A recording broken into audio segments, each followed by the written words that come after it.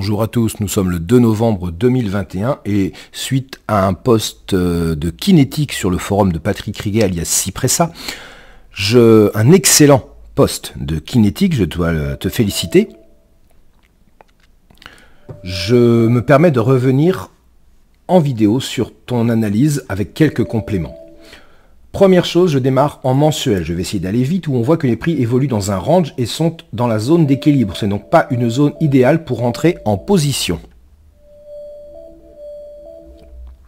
On voit toutefois qu'après la rotation, les prix ont effectué un marteau sur la Kijun le mois dernier, ce qui est donc pas forcément un superbe signal dans la vente. On voit que ce support a donc parfaitement joué son rôle.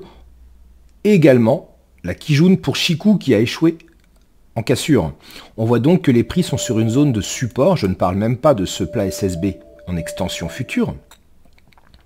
Mais on voit donc que les prix sont sur une zone de support que je vais délimiter en rouge. Vous commencez à en avoir un petit peu l'habitude. Cette zone de support, tant qu'elle tient, pour moi, invalide un plan short. Maintenant, reste à voir si un plan long vers un retour éventuel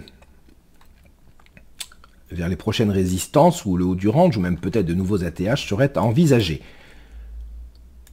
Hebdomadaire, c'est très intéressant parce qu'en fait, on voit qu'il y a eu un range, vous voyez, qui a été cassé par le haut, et simplement, on a ici un twist avec un potentiel second range en formation.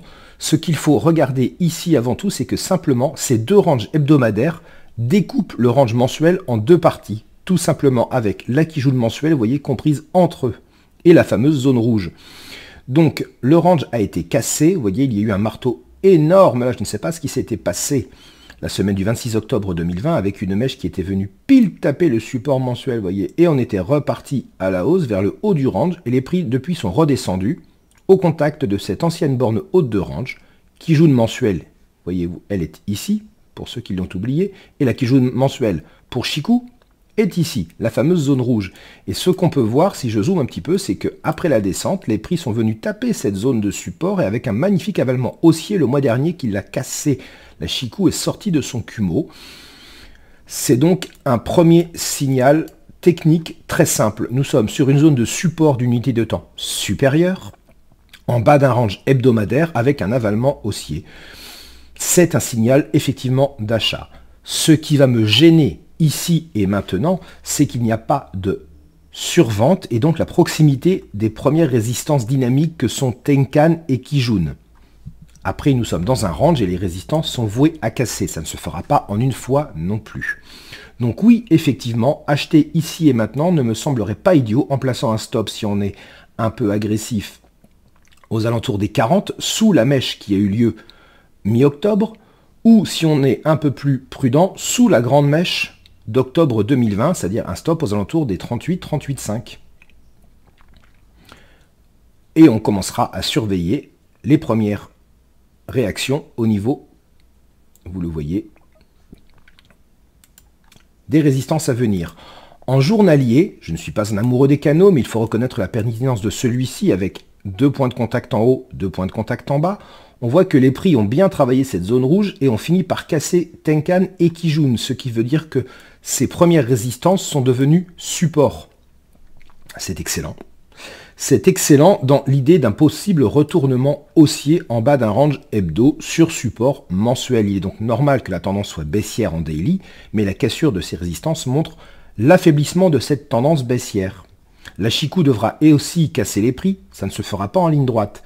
Mais nous avons donc une vision qui correspondrait bien et qui validerait bien l'idée du retour haussier en daily. Et même en H4, on peut aller détailler un petit peu avec, vous le voyez, ce range H4 autour de la fameuse zone rouge.